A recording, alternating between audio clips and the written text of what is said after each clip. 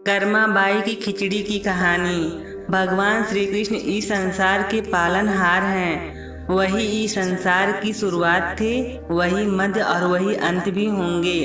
दोस्तों, मैं आज आपको एक छोटी सी कहानी सुनाने जा रही हूँ। यह कहानी है भगवान कृष्ण के प्रिय भक्त कर्माबाई की। कर्माबाई ने अपने निस्वार्थ प्रेम के द्वारा भगवान को प्राप्त कर लिया। हम भी भगवान को प्राप्त कर सकते हैं, उनकी छोटी छोटी कहानियों को सुनकर, उनके आदर्शों को अपनाकर। दोस्तों, भगवान श्री कृष्ण के प्रेम को अगर आप भी पाना चाहते हैं तो वीडियो को अंत तक जरूर बने रहें। तो शुरू करते हैं आज की कहानी।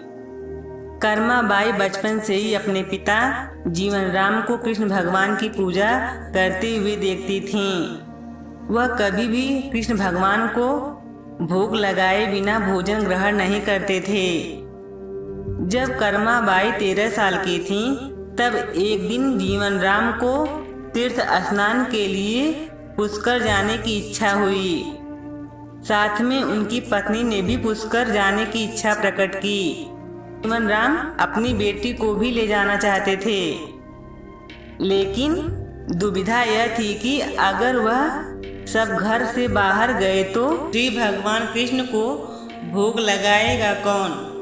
तब जीवन राम ने इस नित्य कर्म की जिम्मेदारी कर्माबाई को सौंपी और कहा कि देखो बेटी कर्मा, सुबह भगवान कृष्ण को भोग लगाने के पश्चात ही तुम भोजन ग्रहण करना। कर्मा ने भी अपने पिता की हाँ में हामी भर दी। उसी शाम को जीवन राम व उनकी पत्नी तीर्थ स्नान के लिए पुष्कर चले गए।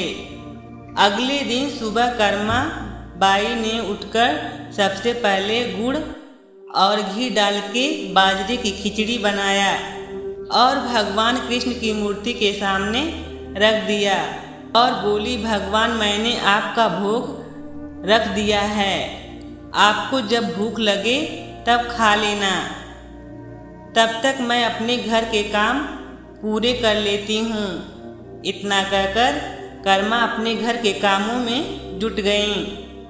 काम करते करते बीच बीच में आकर देखने पर जब कर्मा को ज्ञात हुआ कि भगवान ने अभी तक खिचड़ी नहीं खाया है, तब उसे संदेह हुआ कि शायद खिचड़ी में घी और गुड़ कम है, इसलिए भगवान कृष्ण भोजन ग्रहण नहीं कर रहे हैं। तभी कर्माबाई ने खिचड़ी में थोड़ा गुड़ और घी मिलाया और मूर्ति के सामने बैठ गईं। वह बोली, भगवान मेरे पिताजी जब खिलाते हैं तब तो आप लेते हो, तो अब क्यों नहीं खा रहे हैं? और अभी तो पिताजी बाहर गए हैं, उन्हें आने में बहुत दिन लगेंगे, तब तक आपको भोग लगाने की जिम्मेदारी मुझे दी गई है, इसलिए जब तक आप भोजन नहीं खाएंगे तब तक मैं भी कुछ नहीं खाऊंगी। इस तरह जिद पर अड़ी नन्ही कर्मा की प्यारी बातों से कृष्ण भगवान का सिंहासन डोल गया और फिर मूर्ति में से आवाज आई, बेटी कर्मा, तुमने पर्दा तो किया ही नहीं, तो मैं भोजन कैसे ग्रहण करूं? तब कर्माबाई ने मूर्ति के आगे अपनी चुनरी का पर्दा किया और कुछ ही समय में कृष्ण मूर्ति के सामने रखी खिचड़ी की थाली खाली हो गई।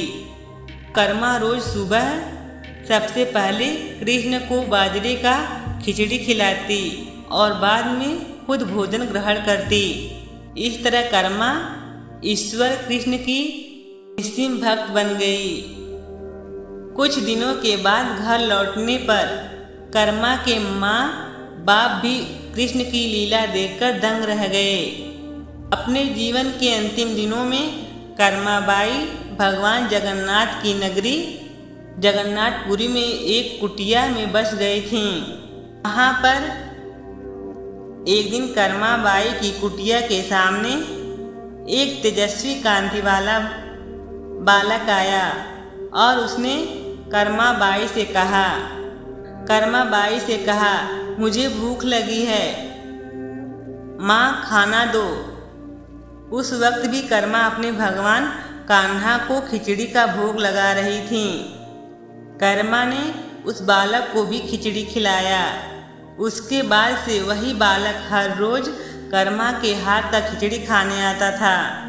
यह सिलसिला कई वर्षों तक चलता रहा। वह बालक कोई और नहीं, स्वयं जगन्नाथ भगवान थे, क्योंकि जिस दिन कर्मा बाई का देहांत हुआ था उस दिन जगन्नाथ भगवान की मूर्ति की आँखों से आंसू बह रहे थे कि उनकी परम प्रिय भक्त कर्मा बाई गोलोक सिधार गई। और उसी रात मंदिर के पुजारी के स्वप्न में जगन्नाथ भगवान आए और अपने दुखी होने का कारण बताया। मैं रोज सुबह उसके हाथ की खिचड़ी खाता था, अब मुझे खिचड़ी कौन खिलाएगा।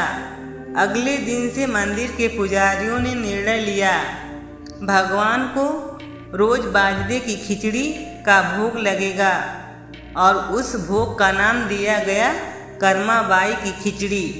दोस्तों, अगर आपको यह कहानी पसंद आई हो तो वीडियो को लाइक करें, चैनल को सब्सक्राइब करें और बेल आइकन को दबाना न भूलें, जिससे हमारी आने वाली वीडियो का नोटिफिकेशन आपको सबसे पहले मिलता रहे।